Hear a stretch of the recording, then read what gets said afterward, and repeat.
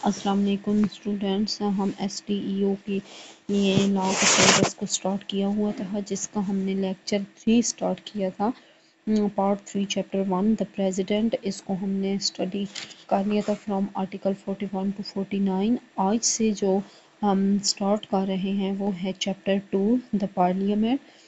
Article 50 کے مطابق parliament کس کس چیز پر مشتمل ہوتی ہے، پارلیمنٹ کیسے بنتی ہے، صدر، نیشنل اسمبلی اور سینٹ، یہ تین جو ہوتے ہیں مین آرگنز ہوتے ہیں، یہ مل کر پارلیمنٹ بناتے ہیں۔ Article 51 deals with the members of national assembly that are 326 including non-Muslim voters۔ Article 51 کے مطابق ووٹر کون ہوتا ہے؟ ووٹر پاکستان کا شہری ہو، دوسرا اس کی عمر جو ہے وہ 18 سال ہونی چاہیے، 18 سال سے کم عمر کے جو سٹیزن ہوں گے وہ ووٹ کاسٹ نہیں کر سکیں گے۔ تیسری شرط ہے ان کے لیے، ان کو الیکٹورل رول کے اندر ان کو رجسٹر ہونا چاہیے، مطلب کہ الیکشن کمیشن آف پاکستان کے اندر ان کا ووٹ رجسٹر ہو، اور مینٹلی سٹیبل پرسن ہو، وہ ووٹ کاسٹ کر سکتا ہے۔ Next is the seats distribution in the different provinces of Pakistan. In Balochistan, the general seat are 16, women seat are 4, total 20 seats. KP کے general seats 45، women کی set reserve ہیں 10، total seats بنتی ہیں 55۔ Most important the Punjab, یہ اکثر M C Qs paper میں پوچھا جاتا ہے کہ پنجاب کے اندر پنجاب کے لیے نیشنل اسمبلی میں کتنی جنرل سیٹس رکھی گئی ہیں، تو these are 141 and for women 32، total بنتی ہیں 173۔ سندھ کے لیے جنرل سیٹس ہیں نیشنل اسمبلی 61 اینڈ وومن کے لیے ہیں 14، ٹوٹل 75۔ فیڈرل کی جنرل سیٹیں 3، یہاں پہ وومن کی کوئی سیٹ نہیں ہے۔ نیشنل اسمبلی ٹوٹل بنتی ہیں 3 سیٹیں۔ اوور آل جنرل سیٹس کی بات کریں نیشنل اسمبلی میں تو 266 بنتی ہیں، اور وومن کی ٹوٹل بنتی ہیں 60۔ اوور آل سیٹ کی بات کریں including general and woman, these are 326 seat. Non Muslim کے لیے 10 سیٹ نیشنل اسمبلی میں ریزرو ہیں۔ Article 52 deals with the duration of national assembly that is 5 year, National Assembly کا ڈیوریشن 5 سال ہوتا ہے۔ Article 53 deals with the representation nomination of the speaker and the deputy speaker, کہ سب سے پہلی جو میٹنگ ہوگی نیشنل اسمبلی کی اس میں پہلا کام کیا جائے گا اسپیکر اور نیشنل ڈپٹی اسپیکر کو الیکٹ کیا جائے گا۔ ان سے اوتھ آرٹیکل 1973 کے شیڈیول نمبر 3 کے مطابق لیا جاتا ہے۔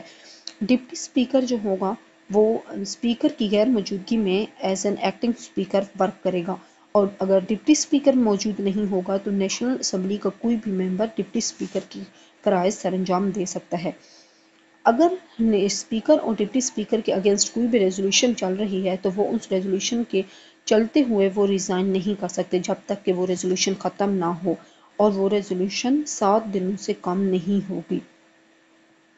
اسپیکر اور ڈپٹی اسپیکر اب ریزائن کس کو لے کے دیں گے؟ اسپیکر پریزیڈنٹ کو لکھ کے دے گا ریزائن اپنا، اور ڈپٹی اسپیکر کو ریزائن دے گا۔ اگر کوئی بھی اسمبلی تحلیل ہو جاتی ہے تو نئے اسپیکر بننے تک جو پہلے سے موجود اسپیکر ہوگا وہ اسپیکر کی جو ہوگی وہ فرائض سر انجام دیتا رہے گا جب تک کہ نیا اسپیکر جو ہے وہ الیکٹ نہیں ہوتا۔